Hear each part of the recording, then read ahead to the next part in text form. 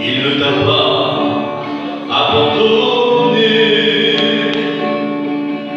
car lui seul peut changer ta vie. Chrétien avec moi, nous proclamons que Jésus-Christ est Seigneur, au-delà de la terre et des cieux. Par la puissance de son nom, il a vaincu. Que son nom à jamais soit béni. Parfois la vie semble cruelle. On a besoin de rien et on a envie de tout. Mais faut faire confiance en l'Éternel, car lui seul peut combler ta vie. Nous proclamons que Jésus-Christ est Seigneur, au-delà de la terre et des cieux. Par la puissance de son nom, il a vaincu. Que son nom à jamais soit béni. Amen. C'est un Dieu qui peut donner. Il peut donner à celui qui n'a rien. Et c'est ça qui est merveilleux avec le Seigneur, parce qu'il dit qu'en lui, il n'y a pas de favoritisme. Il peut donner à celui qui n'a rien, puis à celui qui a tout. Pareil. Peut-être t'as tout, mais il te manque Jésus. Peut-être t'as rien, mais il te manque Jésus aussi. Et que Dieu soit béni. Dans une réunion, tout peut changer. Je l'ai dit l'autre jour à la grande réunion, où la réunion, il n'y a pas de grande ou petite réunion, il n'y a pas de réunion de jeunes ni de réunion. C'est pour ça que moi, quand j'entre dans une réunion, là, la présence de Dieu est annoncée, là où sa parole va être prêchée, je sais qu'il se passe toujours quelque chose, parce qu'il est tout puissant. Et il peut donner, il peut répondre. Demande-lui ce soir, mets-le à l'épreuve. Dis, Seigneur, je veux qu'il se passe ça, moi. Je veux que le serviteur dise ça, fais-le ce soir. Je te promets que si tu le dis sincèrement d'un cœur pur, d'un cœur vrai, il est capable de le faire. Que Dieu soit béni. Amen. Hein, que Dieu soit glorifié. On va appeler un témoignage. J'avais ma petite sœur, toi, qui vient de dire mon témoignage. Que Dieu soit béni. Gloire à Dieu. Moi, ça va faire 1 an, le 13 février, que je suis baptisée. Et je ne regrette pas une seconde de m'avoir baptisée, parce que c'est la plus belle chose que j'ai faite. Depuis que je suis baptisée, j'ai l'impression qu'il est toujours avec moi, et qu'il est toujours là. Et puis je remercie Dieu pour ça, parce que c'est la plus belle chose que j'ai faite. Amen. Que Dieu soit béni. Amen. On va chanter le petit cantique qu'on chante en Israël. Je sais pas si je vais y arriver. On en chantait un en Israël tout le temps. On va le rechanter cette année, cette cantique à ça. Attends. Tu le chantes là, je te le bac. J'ai besoin. Vas-y. Alors. Ah, vous m'aidez? J'ai besoin de ta présence. J'ai besoin de ta puissance dans ma vie. J'ai besoin de ta présence pour pouvoir te chanter, pour pouvoir témoigner, pour pouvoir te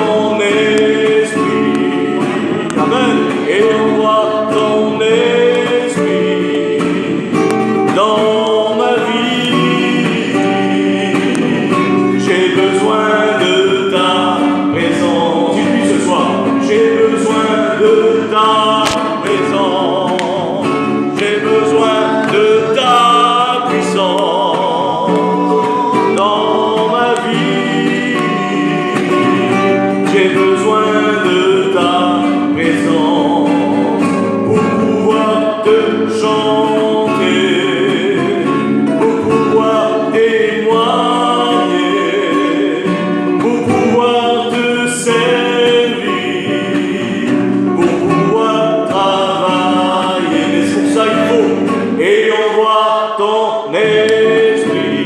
Amen. Mais envoie ton esprit dans ma vie. J'ai besoin de ta présence. Que Dieu soit béni. Amen. La présence de Dieu. La Bible déclare que les prophètes de l'Ancien Testament et tous ces hommes de Dieu, par exemple, ont désiré toucher ce que nous, ce soir, le Seigneur nous donne. La grâce. Avant, il fallait faire ceci, il fallait faire cela pour être sauvé. Il fallait faire des sacrifices, il fallait faire beaucoup de choses. Et puis ça ôtait le péché, et puis ça le couvrait, ça n'ôtait pas, ça le couvrait. Mais lui, il est l'agneau de Dieu qui ôte le péché du monde. Et ce soir, si tu es là ce soir et que le Saint-Esprit frappe à ta porte, que Jésus te parle ce soir, il dit n'endurcis pas ton cœur. Oui, il est capable de pardonner ton péché. J'avais prêché ça à la dernière réunion. Il faut, petits enfants, je vous écris, parce que vos péchés sont pardonnés. Il faut que les péchés soient pardonnés. Amen. C'est ce qui nous fait rentrer au ciel, que les péchés soient pardonnés. Et la seule chose qui pardonne les péchés, c'est le sang de Jésus. Amen. Que Dieu soit béni. Amen. Je vous en remercie de dire un mot de témoignage aussi, que Dieu le bénisse. Après là, sur un aide, nous chantons un cantique.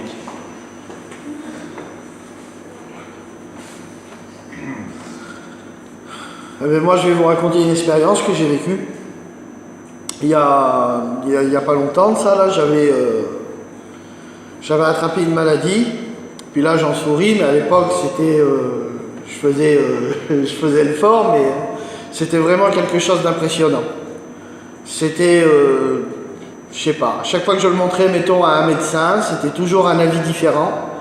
Et puis, mettons, personne ne savait ce que c'était. C'était vraiment quelque chose de terrible. Alors, avec tout le respect que je vous dois, je ne vais pas rentrer dans les détails, mais c'était vraiment vilain. Et c'était vraiment quelque chose de... C'était terrible. Je le cachais, j'avais attrapé ça sur le bras, là, au niveau de l'avant-bras, là, vers le coude. Et puis je le cachais. Et je le cachais, je mettais des bandes. Et puis quand j'étais à l'église, mettons, si jamais on m'appelait, mettons, pour servir à la Sainte Seine, j'étais obligé de le cacher, j'étais obligé de le faire avec la veste sur moi, c'était quelque chose de spécial. Et je faisais rien, mettons, devant les gens, devant mes parents, je faisais celui-là qui avait pas peur, tout ça, puis je me suis dit, Seigneur, ils vont pas arriver à me guérir de ça, c'est pas possible, ils savent pas ce que c'est, il y en a pas un qui sait ce que c'est, que j'ai attrapé ça sans raison, c'était quelque chose de terrible. Mes cousins, pour vous dire, en plaisantant, quand ils me voyaient, mettons, n'importe quel garçon, ils me disaient, t'as attrapé la lèpre, comme dans l'Ancien Testament, mais quelque chose de terrible. Et puis un jour, j'en ai eu assez, puis je dis, Seigneur, je vais te demander la guérison. Et puis j'étais dans le coin, là où c'est qui sont les garçons. Et il y avait un de mes cousins qui était à côté, qui était serviteur. Et il me dit, c'est terrible ce que tu as attrapé sur le bras. Et je vous demande une onction d'huile. Et je vais le faire. Et puis là, j'étais sur ma chaise, là, puis j'ai fait une prière au Seigneur. Je dis, Seigneur, j'étais pas obligé de me guérir de ça. Je dis, Seigneur Tout-Puissant, j'étais pas obligé. Mais si tu me guéris, Seigneur Dieu, si tu me guéris, moi je témoignerai que tu m'as guéri de ça. Gloire à Dieu. Et puis voilà, Seigneur, je le témoignerai. Quand je pourrai le témoigner, je le témoignerai, Seigneur Dieu. Et puis j'ai attendu. J'ai été à l'onction d'huile. Les pasteurs, ils m'ont fait l'onction d'huile. Ils ont prié le Seigneur, ils ont prié Jésus. Ah, parce que vous avez bien compris, vous savez bien que la guérison, elle vient de Dieu. Hein. Et le lendemain, ça a commencé à guérir, mais moi-même, j'étais étonné. Je regardais ça, parce que c'était vraiment quelque chose de terrible. Je vais pas en parler ce soir, hein, par respect, mais quelque chose de spécial. Et puis là, le Seigneur, il avait agi, que je voyais la guérison, mais on le voyait que c'était une guérison, que ça allait finir. Alors, ça a cicatrisé, parce que j'avais le bras qui était, on va dire, voilà, qui était bien abîmé. Et puis après, mettons, la peau, elle est revenue, parce que bon, oui, la peau, elle s'en allait. Et le Seigneur, pour le témoignage, je bénis son nom, il a fait il y a une cicatrice, il y a une différence de couleur entre l'avant, la maladie, et après la guérison de Dieu. Et le Seigneur, quand il m'a fait la tache noire, en voulant dire, voilà, tu leur montreras où c'est que moi j'ai guéri. Tu leur montreras, mettons, ce que j'ai fait moi. Alors, voilà, je bénis son nom pour ça. Et si jamais, mettons, il vous arrive quelque chose dans votre vie, que vous voyez ça comme une montagne, que vous voyez ça comme quelque chose d'insurmontable, dites-vous que Dieu, lui, Dieu, il est amour, il se fera un plaisir de vous montrer que c'est rien pour lui et que pour se révéler à vous, n'importe quoi que vous demandez à Dieu, que vous dites que ça ira trop loin. Dieu, il le fera. C'est comme ça. Voilà, que Dieu vous bénisse. Amen. Amen. Que Dieu soit béni, Dieu guérit. On a besoin de lui, il est là, il nous guérit. Et vous savez, l'autre jour, je disais ça. Dieu, le Seigneur, quand on l'invoque, il répond. Amen. Et imaginez que ce ne serait pas comme ça. L'autre jour, il y a un frère qui disait, il parlait de Job, que Job était malade. Vous savez, vous connaissez Job, Job a eu un parcours très difficile. C'est l'homme de la Bible qui a eu le parcours le plus difficile dans tout ce qui lui est arrivé. Mais dans tout ce qui lui est arrivé, Job avait une expérience. Il a dit, je sais que mon Rédempteur est vivant et il ne permettra pas que mon âme aille dans la fosse et qu'il aille dans la corruption. C'est-à-dire qu'il soit perdu en vérité. Malgré qu'il y arrivait tous les problèmes qui pouvaient exister, il avait quand même cette espérance que le Seigneur le sauverait. Et la première espérance qu'un chrétien a dans son cœur, c'est le salut. Amen. Vous savez ce que c'est le salut, j'avais dit l'autre jour. C'est action de mettre en sécurité quelqu'un. C'est quelqu'un qui est en danger, et bien on le met en sécurité. Et le danger pour Dieu, c'est pas la terre, c'est pas les tribulations qu'on peut avoir sur la terre, c'est sûr qu'il y en a, c'est la vie éternelle que Dieu veut nous donner sur. Amen. Je vais appeler l'Éternel de nous dire amen. Donc chanter quand on pardon. Dieu la bénisse. Si elle veut, peut faire les deux. Faire les deux, si tu veux. Amen. Oui, après tu chantes. Les deux, merci Seigneur. Amen. Je sais pas, on m'appelle jamais pour témoigner, on m'appelle toujours pour chanter. Je vais vous dire une petite expérience que j'ai faite cet été. Je pensais tout à l'heure dans la réunion. Cet été, j'ai sorti du culte et le Seigneur me disait à parler à une personne. Fallait que j'y parle à une personne qui était vraiment pas bien, qui était vraiment découragée. Et moi, avec ma chienne, je dis ça va, je vais parler, je vais dire quoi, même pas la peine. Et c'était une personne qui m'avait fait vraiment, je parlais presque plus. Et cette personne m'a parlé, elle m'a envoyé un message. Et elle m'a expliqué qu'elle n'était pas bien dans sa vie. Et le Seigneur m'a fait comprendre que tu vois, tu écoutes ta chair, tu t'écoutes toujours ta chair, mais il vaut mieux que tu écoutes l'esprit plutôt. C'est pour ça que j'en ai tiré du bien, parce que quand le Seigneur me parle, j'agis directement. Voilà. Amen. Amen.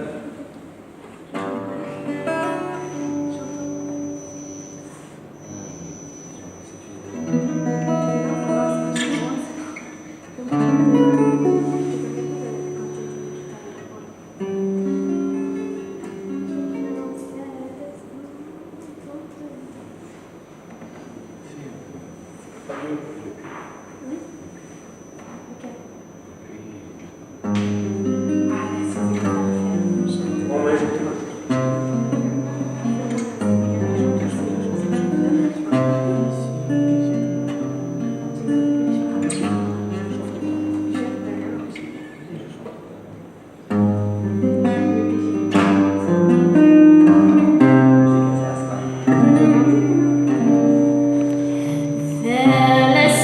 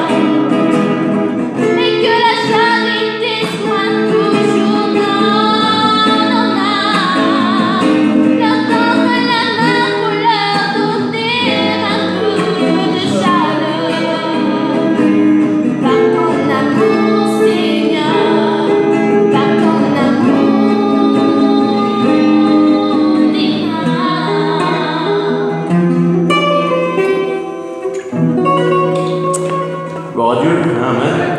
On demande à Olivier de dire un mot, que le bénisse.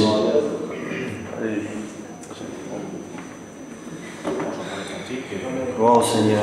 Alors je voulais chanter, mais. Enfin, je voulais pas chanter parce que je suis malade. Donc je m'économise. Voilà, donc je vais vous dire un mot. Il y a quelques temps de ça, moi j'étais découragé. Et dans ma vie de chrétien, ça allait pas terrible. Ça allait pas terrible. Et par rapport à ça, je m'amenais à faire des choses qui n'étaient pas la gloire de Dieu. Elle est extraordinaire, mais je m'amenais à faire des choses qui n'étaient pas la gloire de Dieu. Et Dieu a vu mon cœur qui était triste par rapport à ces choses. Le Seigneur a vu mon cœur qui était découragé.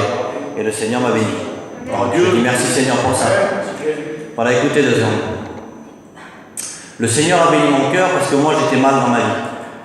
Et il m'a donné des forces, parce que le Seigneur savait, le Seigneur laisse pas ses enfants comme ça. Le Seigneur donne des forces à ses enfants. L'autre jour j'étais là, à La Réunion, c'était un dimanche soir, un samedi soir c'était. Samedi soir. Samedi soir, le Seigneur m'a béni, m'a vraiment béni, m'a donné des forces nouvelles.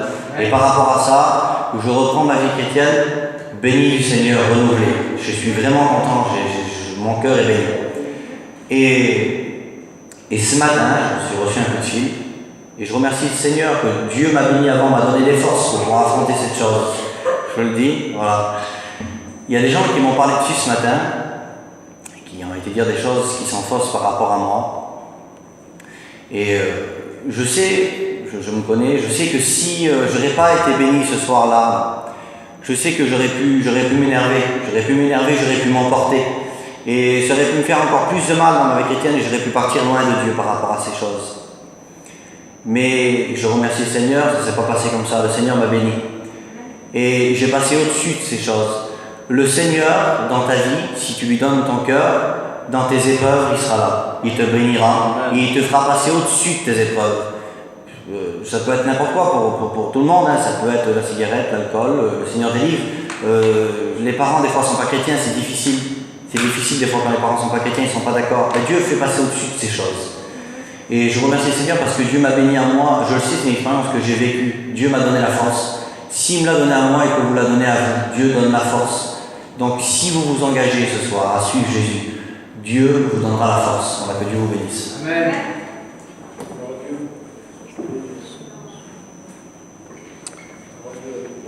Que Dieu soit béni, amen. Est-ce que vous croyez que Dieu donne des forces? Amen. Il le dit, sa parole. Il dit que l'Éternel donne des forces à son peuple. Dans le livre du Deutéronome, vous lirez. Dieu donne des forces, quand on a battu, il vient et puis il nous relève. Et dans un côté, dans un sens, c'est pas forcément la façon qu'il faut être, mais comprenez, on ne peut pas donner des forces à quelqu'un qui en a trop. Et puis des fois, le Seigneur, il permet ces choses-là. Pourquoi? Pour qu'on puisse témoigner, pour qu'on puisse comprendre qu'on a réellement besoin de lui. C'est l'école de Dieu, ça. Et des fois, on m'est arrivé des épreuves que je ne comprenais pas. Je vais vous dire 2 petits mots, 5 minutes, on prend.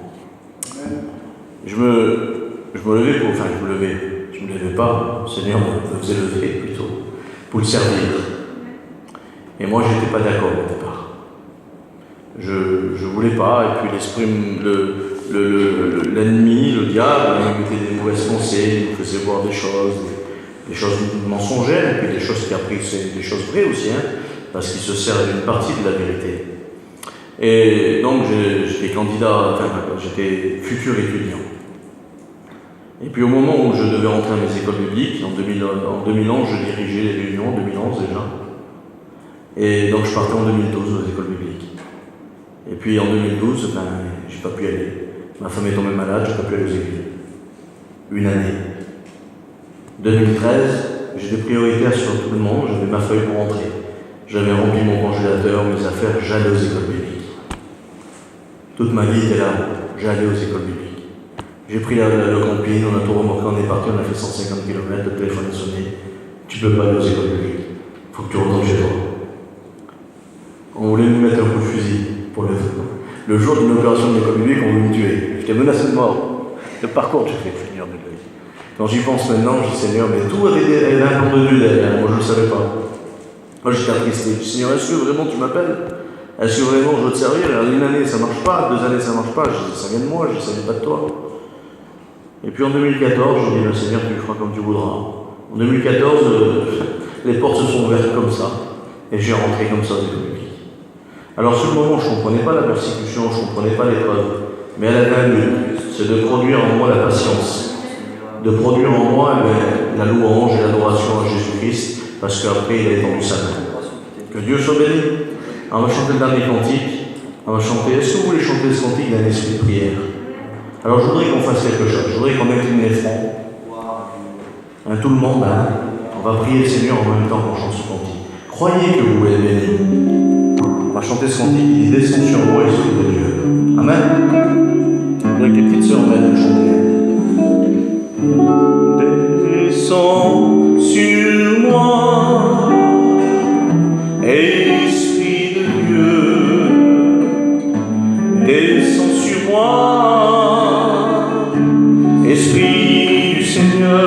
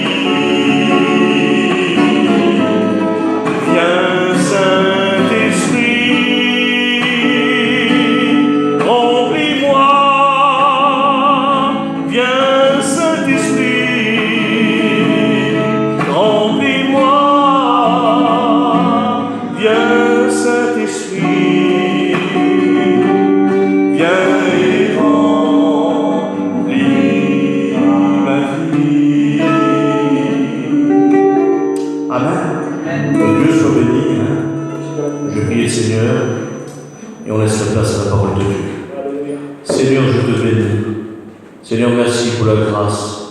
Merci pour cette réunion ce soir, Seigneur. Seigneur, merci parce que tu permets que nous puissions t'écouter ce soir. Seigneur, ton messager, Seigneur, a besoin de ta grâce. Seigneur, tu as choisi de faibles hommes pour parler de toi.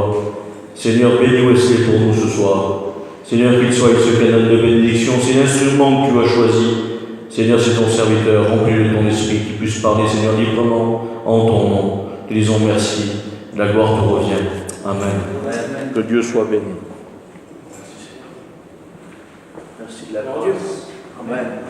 Béni soit Dieu. Merci, je ne sens pas pour écoutez là. Amen. Après, je vais prendre les volumes. Béni soit Dieu. Je suis content de participer au moment de la réunion de jeunesse. Et puis, il y a des petits moments qu'on se passe. Il y a des soirs et on vient, on parle de Dieu, on s'explique ce qu'on dit le Seigneur. Et puis, ça fait du bien dans notre vie, ça fait du bien dans notre cœur, ça réjouit notre âme de parler de Jésus. Et ça, c'est le but d'être un chrétien. Le vrai sens d'être un chrétien, c'est de vouloir plaire à Dieu et de vouloir glorifier. Être un chrétien, je dis ça et ensuite on va faire ce qu'il faut.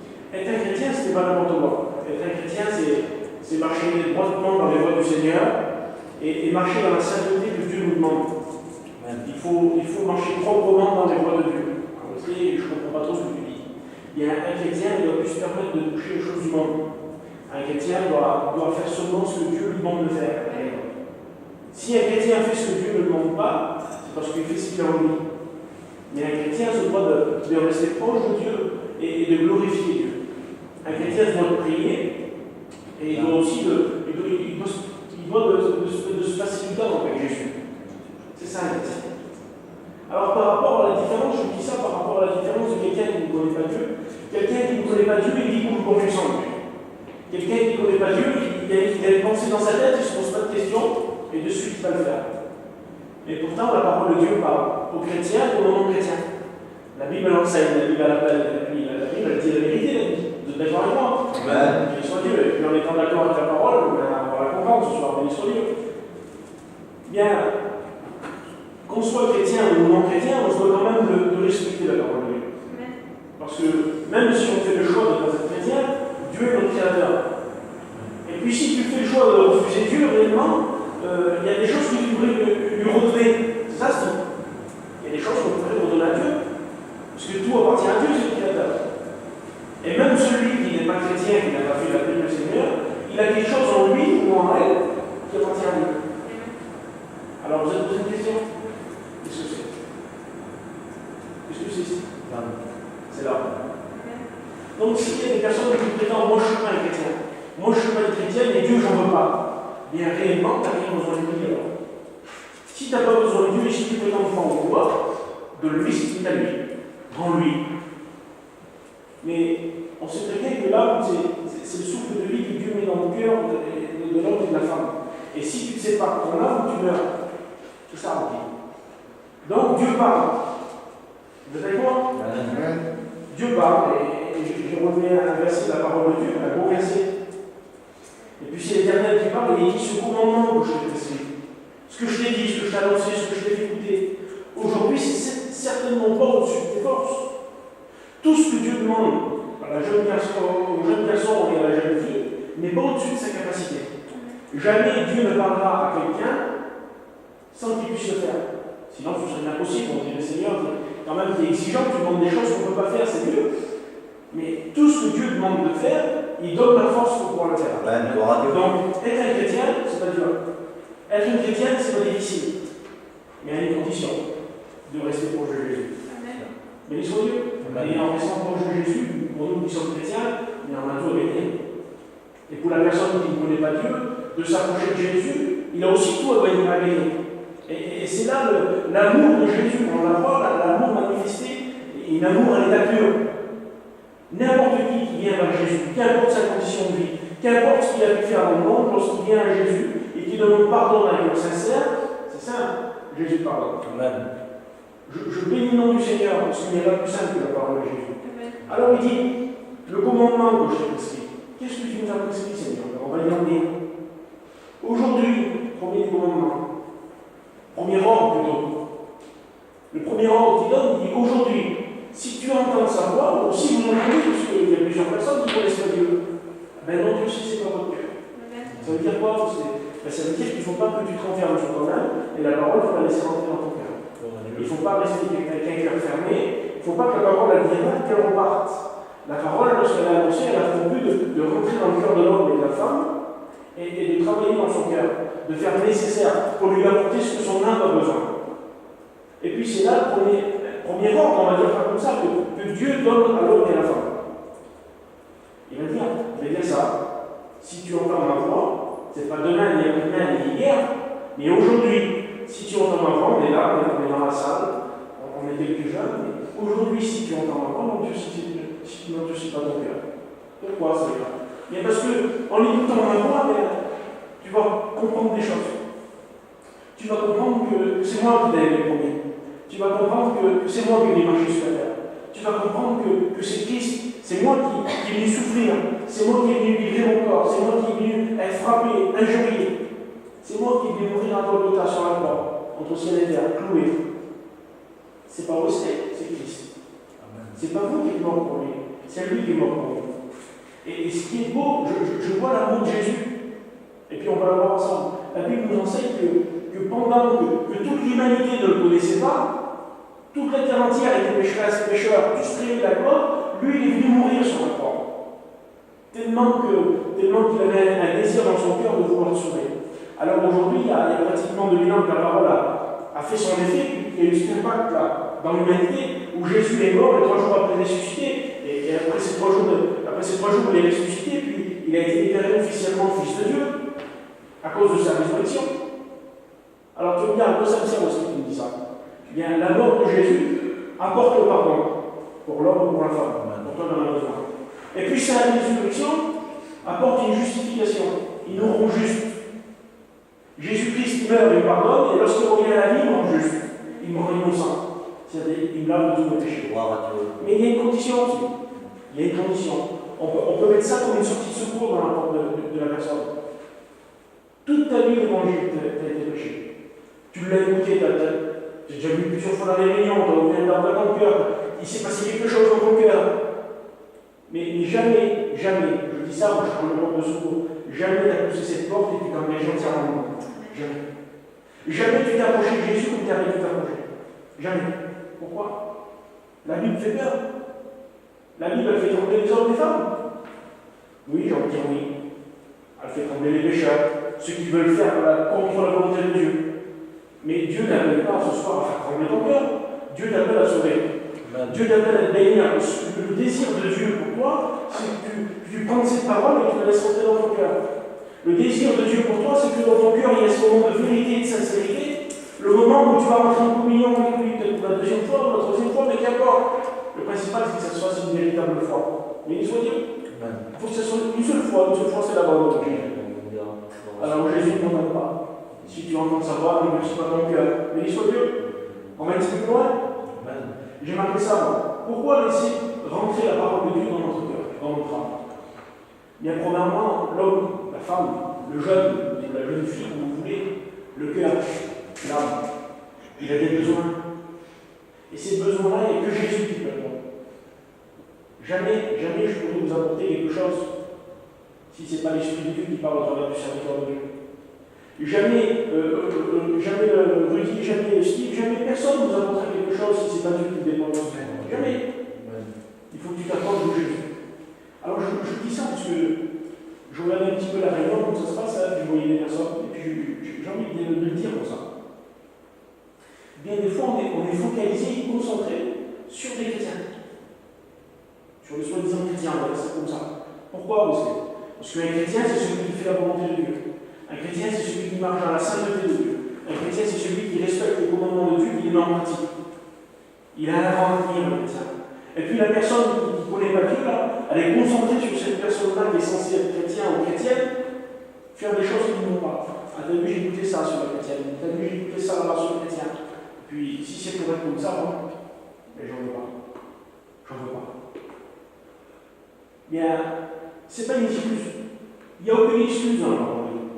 Il n'y a que des nécessités. Si tu regardes la personne qui est en train de te faire du mal, si tu te concentres sur quelqu'un qui ne vit pas correctement avec Dieu, tu es en train de te tromper toi-même, tu te fais du mal. Même que tu aurais des raisons, parce qu'on ne veut pas ressembler à quelqu'un qui fait du mal, mais tu ne pourras pas faire plus de mal que l'excellent candidat. Lorsqu'on est pécheur, on est pécheur. Lorsqu'on est privé de sa gloire, on est foutu, on est perdu. On est mort pour une éternité. Et lorsque Christ va revenir, Christ va faire des distinctions, il va faire des choix, il va faire des tri, c'est-à-dire, il ne prendra pas n'importe qui. Il va prendre seulement celui, celle qui aura fait sa volonté, et celui, celle qui aura laissé entrer la parole dans son cœur, et qui leur a laissé travailler le Seigneur dans son cœur. Il prendra personne d'autre. Il prendra un véritable chrétien, un véritable chrétien. Donc pour celui qui ne connaît pas Dieu, qui est là en regard fixé, tu as vu ce qu'elle m'a fait quand elle passe une chrétienne, ou chrétien, tu as vu ce qu'il m'a fait, elle est en train de te tromper. La Bible elle nous enseigne, c'est Hébreux 12, d'avoir les regards sur Jésus. Et il parle. Alors comment il faut que je regarde Jésus? Comment il faut que je regarde Jésus? Bien, pour regarder Jésus, il faut déjà d'abord fermer ses yeux. Il faut fermer ses yeux, et puis il faut arrêter de parler de l'un, de l'autre. Il faut arrêter de parler des petites affaires de l'autre, et puis on dit ça, Seigneur, on parle de lui.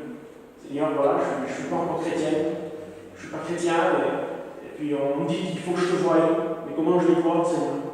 Mais je ferme mes yeux pour le serviteur me dit, et puis je vais prier maintenant. Je vais te dire que je suis dans le besoin, je suis dans l'angoisse, je suis dans la peur, je suis dans la tristesse, je suis insatisfait, j'ai rien, Seigneur, j'ai pas de bonheur, j'ai aucune espérance, j'ai aucun avenir pour moi. Parce que l'Éternel me dit, le Seigneur dit ça, il dit pour l'homme et la femme qui m'acceptent, pour la jeune fille et le jeune garçon qui m'acceptent, je lui donne un avenir meilleur et je multiplie ses jours. Donc, pas sur la terre, C'est pas ça le but du Seigneur. C'est pas de multiplier les jours sur la terre, mais dans l'éternité avec lui. Béni soit Dieu. Donc, il y a tout un intérêt. Il y a tout un intérêt de s'approcher de Jésus. Il y a toute une grâce, une bénédiction particulière de faire cet effort. Je vous le dis en vérité, mon Seigneur. Il y a 2000 ans, on n'était pas dans le cas. C'était pas appris, quoi. Non, on n'était pas. Personne n'y était. Mais pourtant, à cause de nos actes, à cause de ce qu'on a fait aujourd'hui, c'est pour nous que Jésus. Et pourquoi Jésus? Donc on ne peut pas dire ça ne nous regarde pas. Parce que le péché, il n'y en a qu'un seul péché. Il vient du monde. Et puis la Bible nous dit que le péché a touché tous les hommes sans exception, jusqu'à aujourd'hui. Et à cause du péché, la mort s'est installée dans le cœur de l'homme et de la femme. Et c'est pour ça que Jésus est venu nous sauver. Donc ça veut dire quoi? Mais aussi, t'es fou ce que tu dis. Non, je ne suis pas fou. C'est pas une mort physique, c'est pas la mort du corps, mais c'est la mort de l'âme. Le fait qu'il y ait la mort de l'âme, c'est d'être séparé de Dieu pour l'éternité. Et le péché qui demeure dans ton cœur et dans ta vie te coupe l'accès au ciel. C'est ça. Car tous sont pécheurs et privés de la gloire de Dieu. Et l'homme ou la femme qui est privé de la gloire de Jésus, eh bien, il ne peut pas entrer dans l'éternité avec Jésus, c'est impossible. Rien de sale, rien de souillé, rien d'impur ne rentrera dans le ciel. Seulement ce qui est pur. Et Jésus veut laver par son sang précieux.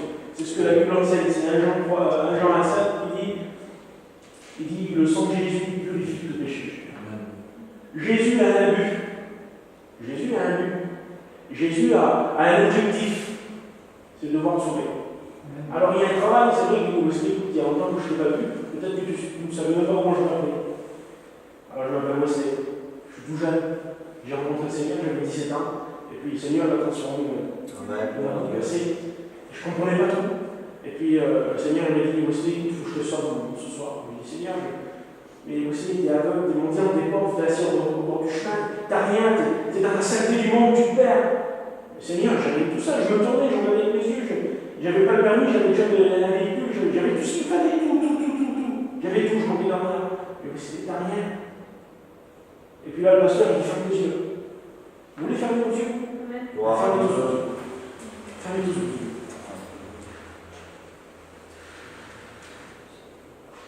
Et puis là, le pasteur, il dit, fermez vos yeux. Et puis vous verrez que la parole de Dieu vous fera du bien. Parlez-lui, dites-lui si vous avez besoin. Non, je n'étais pas chrétien, ou c'est pas chrétien. Non, pas chrétien, mais c'est. Mais il était perdu. J'ai pas toujours été chrétien, mais j'ai toujours été perdu. Parce que le fait de refuser Dieu, ça ne n'est pas loin du diable, mais ça m'y rapprochait. Et puis quand j'ai fermé mes yeux, le Saint-Esprit a parlé à mon cœur, il m'a dit, t'es vraiment pécheur.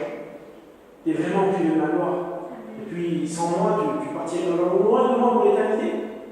Sans moi, tu partiras dans les ténèbres. Tu partiras avec Satan, avec les démons. Et puis plus jamais une solution pour toi pour revenir à la vie, c'est fini. T'as rien aussi. T'es malheureux. Et puis toi, t'es pas plus que moi. T'étais pas plus que moi. T'es pécheur, t'es pécheresse, ça devient Jésus. Et puis le Seigneur, il fait voir que dans ton état, si tu restes comme ça, bien tu vas passer à côté de la vérité. La vérité, tu la connais, puis même parfois tu la mets en évidence, la vérité. Tu parles avec la vérité. Oui, je sais que Christ est vivant, je sais que Christ va revenir, je sais que Christ est amour, je sais qu'il pardonne le péché. Mais tu fais quoi de cette vérité?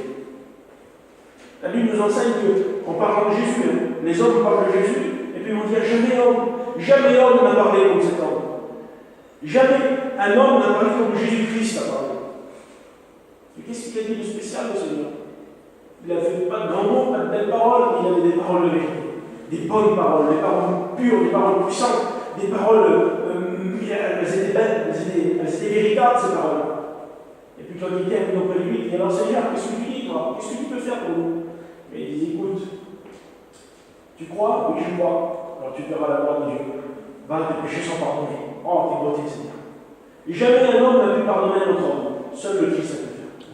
Et c'est ce que Jésus veut faire pour toi. On va un petit peu plus loin. Alors j'ai demandé de fermer vos yeux. Restez avec vos yeux fermés si vous pouvez. Et puis, la Bible nous enseigne de s'approcher du trône de sa grâce, de s'approcher de Jésus-Christ, avec une assurance. Il ne faut pas dire, Seigneur, mais si je viens auprès de toi, mais est-ce que je vais ressentir ou est-ce qu'il va se passer quelque chose d'étrange? Non. Il n'y a rien d'étrange quand tu viens auprès de Jésus. Il n'y a que de la vérité, il n'y a que de l'assurance. Et c'est justement ça ce que la Bible dit. Approchez-vous avec assurance du trône de sa grâce. Parce que lorsque tu t'approcheras avec une assurance dans ton cœur, ben alors tu seras secouru, parce que tu as besoin d'aide, tu as besoin de secours. Jamais tu es incompris. Jamais tu es incompris autour de toi dans ta unité. Tu es malheureux, tu es malheureuse, tu n'as rien. Tu n'as rien, tu es triste. Même des fois, il y a des pensées obscures qui traversent ta pensée là. Il y a des choses pas bonnes qui veulent dominer sur toi, mais tu veux, tu es en train de lutter, tu es fatigué, tu en as marre. Mais Jésus te bénit. Et c'est pour ça que Jésus a voulu se révéler à lui. Et c'est pour ça que Jésus insiste encore. Et c'est pour ça que Jésus appelle. Et c'est pour ça que Jésus persiste dans ton cœur en disant que c'est Jésus-Christ qu'il faut rien d'autre. Tu as besoin seulement de lui. Alors j'ai marqué ça. J'ai marqué que le péché qui tient esclave du monde, esclave du diable, esclave de Satan, esclave des démons. Le péché qui tient esclave, tu es enchaîné. Si je te dis de lever ta main, tu vas la lever ta main. Ce n'est pas ta main qui est enchaînée, c'est ton cœur et ton âme. Ton âme n'est pas libre. Alors qu'est-ce que tu dis, Seigneur, puisque aucun homme ne parle comme toi, jamais homme n'a parlé comme cet homme, la Bible dit. Eh bien, la Bible dit c'est bon. Jésus va parler et puis il dit, vous écouterez la vérité, vous entendrez la vérité, et la vérité vous affranchira. Seigneur, de côté, tu es puissant, ces paroles. Tu veux m'affranchir, tu veux me rendre libre. À cause que j'écoute la vérité. Oui, mais Seigneur, il parle, il va un petit peu plus loin, mais il veut dire ça aussi. Il ne faut pas simplement l'écouter, mais il faut la recevoir. C'est ce que Jésus est en train de dire à ce moment-là. Et c'est ce que je suis en train de te dire aussi. Il ne faut pas seulement écouter la réunion, mais il faut la recevoir au sein de son cœur, au sein de son âme. Il faut la laisser faire, la parole. La parole, elle est toute puissante, mais il faut que tu la laisses agir dans ton cœur. Alors, tu sais quoi? Je ne veux pas aller plus loin. Mais le plus important que je voulais écouter ce soir, que Jésus voulait te bénir, il voulait te pardonner, et il voulait te sauver. Il voulait donner une paix qu'aujourd'hui tu n'as pas. Et puis c'est dommage pour toi. C'est dommage pour toi de passer à côté de ces bonnes choses, cette bonne parole du Seigneur, celle qui est capable de réconforter un cœur. Aujourd'hui, sans Jésus, je serais perdu pour une éternité, je serais loin dans le monde, je serais dans un état lamentable, je suis sûr. Mais Christ m'a mis à part, à cause que j'ai dit oui à ses paroles. À cause que j'ai dit, Seigneur, viens bénir mon cœur, viens bénir mon âme, j'ai besoin de toi. J'ai compris ta parole, Seigneur. Alors, je n'avais pas compris toute la parole de Dieu entière, mais il y avait 2 ou 3 mots qui m'ont fait du bien, et je me suis béni, et j'ai dit, Seigneur, je veux te donner la vie, moi. Je ne veux pas rester perdu. Alors, on prie, Seigneur, ensemble. Béni sois-tu. Gloire à Jésus-Christ. Merci, Seigneur, pour ta grâce. Tu peux, Seigneur, Seigneur, nous te bénissons.